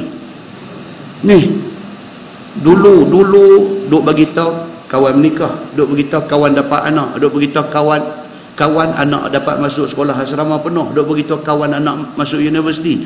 Lah ni SMS duk main lah ni apa, tiap-tiap pukul 4 pagi SMS masuk Al-Fatihah, dia duk main lagu tu 4 pagi, angkat-angkat Al-Fatihah. Sahabat kita nama Polan bin Polan meninggal dunia baru sebentar tadi. Wih, 4 pagi tuan-tuan baca SMS tu, ambil semayang tu, malam tu semayang lah tahajud, malam tu semayang. Tapi SMS tu dia duk main sebulan 2 bulan sekali duk main, kita pun sebulan 2 bulan sekali lah berubah. Hak kita kata tadi apa? 2 rakaat qabliyah subuh witir jangan tinggal. Nah, muslimin dan muslimat yang dirahmati Allah sekalian. So dia beritahu di sini, buatlah walaupun hanya membaca Fatihah sembahyang gerhana ni buat, dia kata. Dan jikalau sekiranya merengkahkan atas Fatihah sahaja pada tiap-tiap qiyam, buat, dia kata, dan menunai dia atas tamakninah pada tiap-tiap rakaat, nescaya sah sembahyangnya dan luput akan dia oleh fadilatnya. Cuma dia tak dapat fadilat sembahyang panjang macam Nabi buat, tapi dia dapat pahala buat sunnah Nabi sallallahu alaihi wasallam. Baik, sujud bagi sembahyang gerhana itu panjang atau pendek tu tak payah bacalah. Pasal apa? Panjang pun boleh, pendek pun boleh. Tuan-tuan pergi bawah lagi, mengucap a'udzubillahi minasyaitanirrajim dan berdoa waktu bangkit daripada rukuk. Benda tu ada tak ada? Auzubillah ni bila? Lepas baca Fatihah. Selepas baca iftitah. Semalam kita baca di masjid Padang Temusu semalam.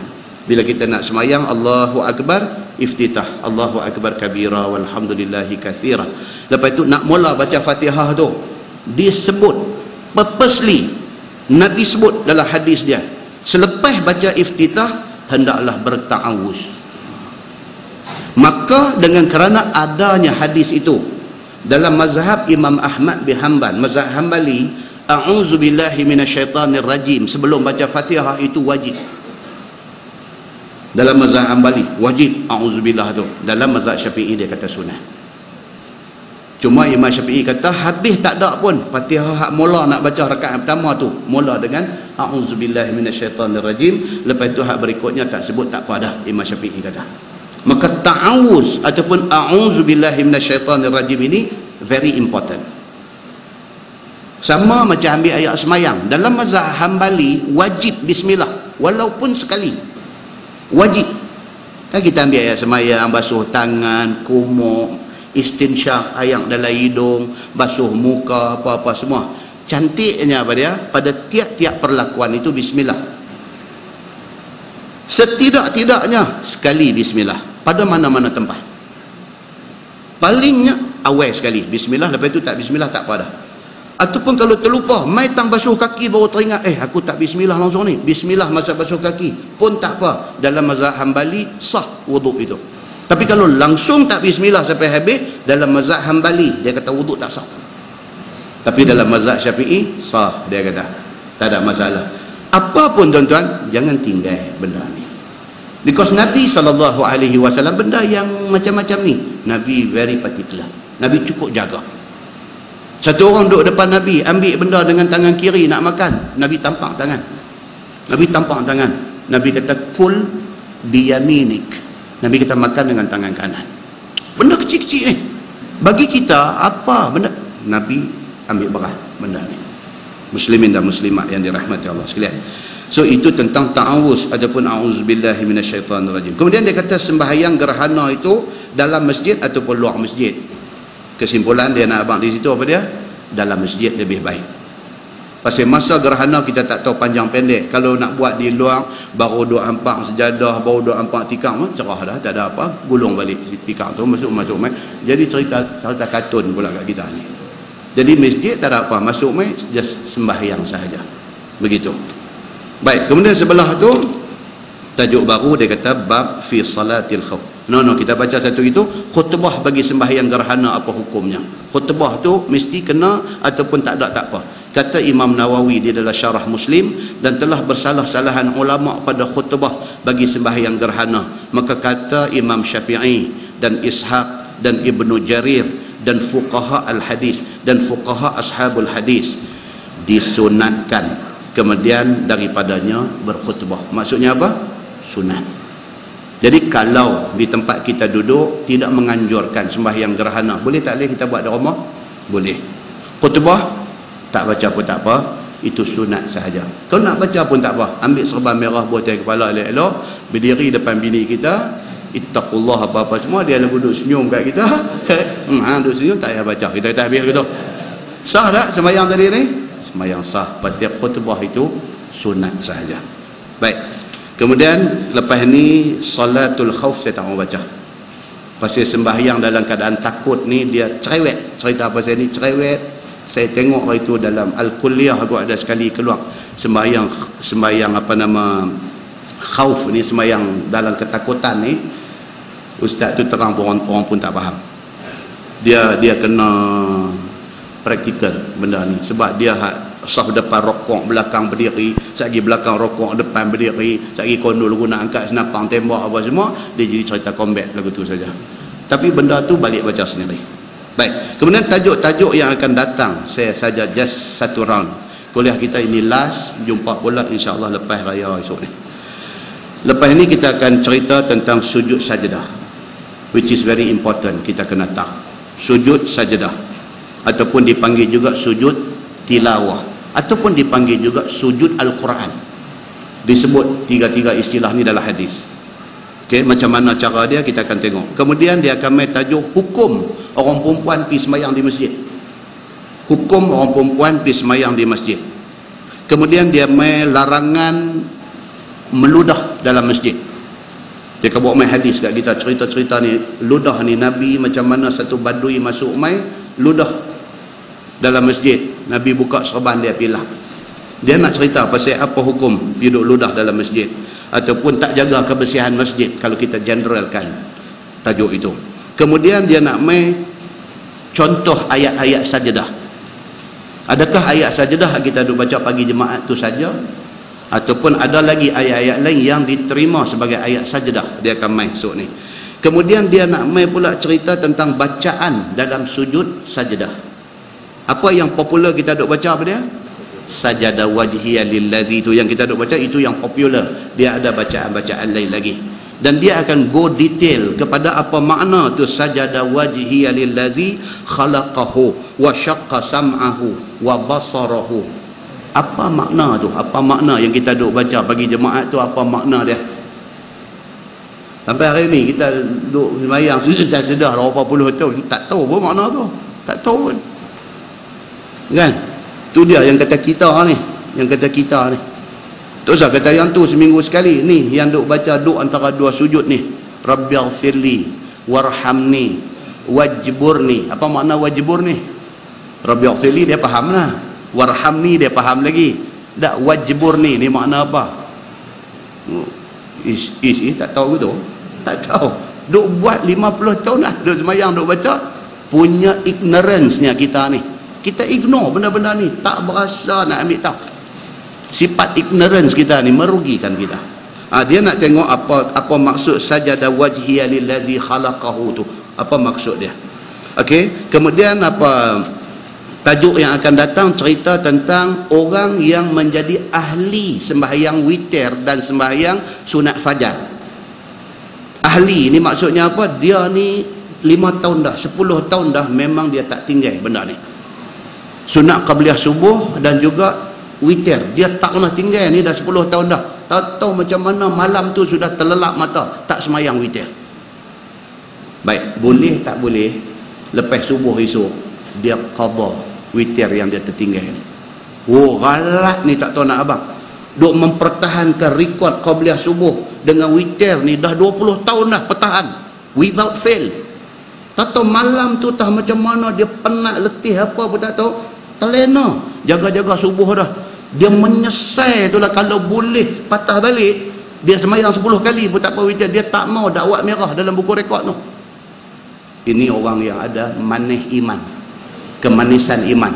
Dia miss satu benda sunat aja tapi bercalak dia ni.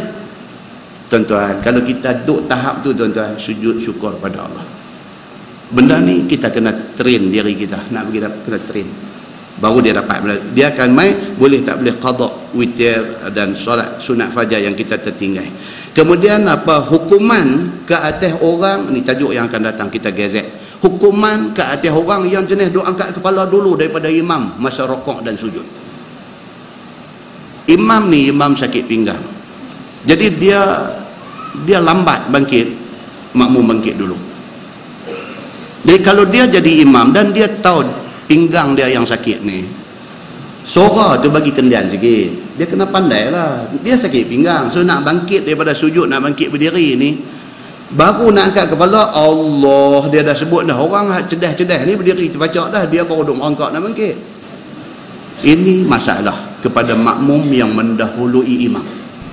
Okey, apa ancaman dia? Kemudian tajuk yang akan datang juga cerita, kita dah semayang dah, boleh tak kita semayang lagi sekali, semayang yang sama dan menjadi imam?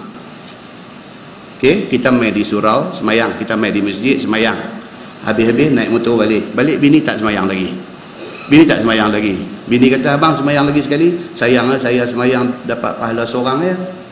Boleh tak boleh kita yang dah semayang dah ni balik pi jadi imam pula kepada dia di rumah. Boleh tak boleh? Itu ada tajuk dia.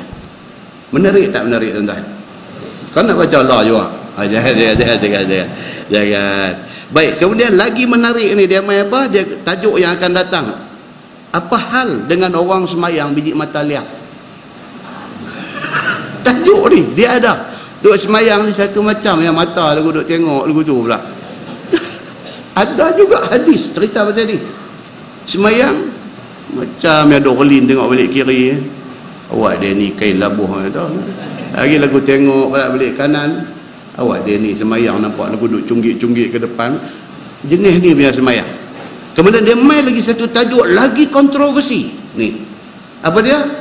Nabi semayang, Aisyah balik. Dalam keadaan pintu rumah dia kata mughlaqah, kunci. Nabi duduk semayang, Aisyah balik. Nabi pergi buka pintu rumah. Lalu satu macam bagi gear reverse, semayang juga lagi. Hadis yang akan datang. Dia akan main dan dia sekali dengan perbahasan ulama mazhab tentang hadis itu. Kemudian kita main masjid, Tok Imam duduk dalam keadaan sujud. Apa perlu kita buat? Adakah tunggu bagi dia bangkit berdiri baru kita takbir ikut, ataupun kita terjun sujud sekali dengan dia? Juga ada dalam hadis yang akan datang. Kemudian dia ada lagi tajuk ni, cerita umat Muhammad ni dikenali di mahsyar esok pada dua benda. Apa dia? Satu, min asari sujud. Kalau dia ahli semayang, tempat sujud dia bercahaya. Yang kedua apa dia? Kesan daripada wuduk. Anggota-anggota wuduk dia bercahaya. Kita akan ikuti insya-Allah satu-satu tajuk yang kita gazet tadi ni, hadis kata apa. Insya-Allah tuan-tuan, kita tahu benda ni ibadat kita lebih selesa. Kita tangguh dengan tasbih kafarah dan suratul Asr. Subhanakallahumma wa bihamdika, asyhadu an la ilaha illa anta, astaghfiruka. Bismillahirrahmanirrahim.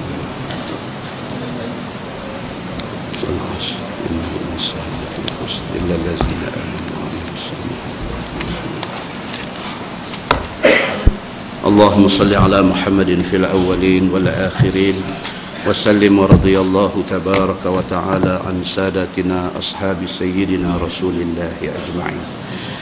بسم الله الرحمن الرحيم. الحمد لله رب العالمين حمدا يوافي نعمه ويكافئ مزيده.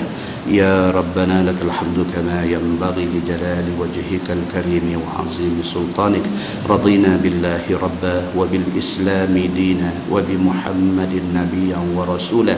اللهم افتح علينا فتوح العارفين وارزقنا فهم النبيين بجاه خاتم المرسلين. اللهم فقهنا في الدين وعلمنا التأويل واهدنا صراطك المستقيم. اللهم أرنا الحق حقا وارزقنا اتباعه وأرنا الباطل باطلا وارزقنا اجتنابه. اللهم اجعل جمعنا جمعا مرحوما وتفرقنا من بعده تفرقا معصوما. وصلى الله على محمد وعلى آله وصحبه وسلم والحمد لله رب العالمين. السلام عليكم.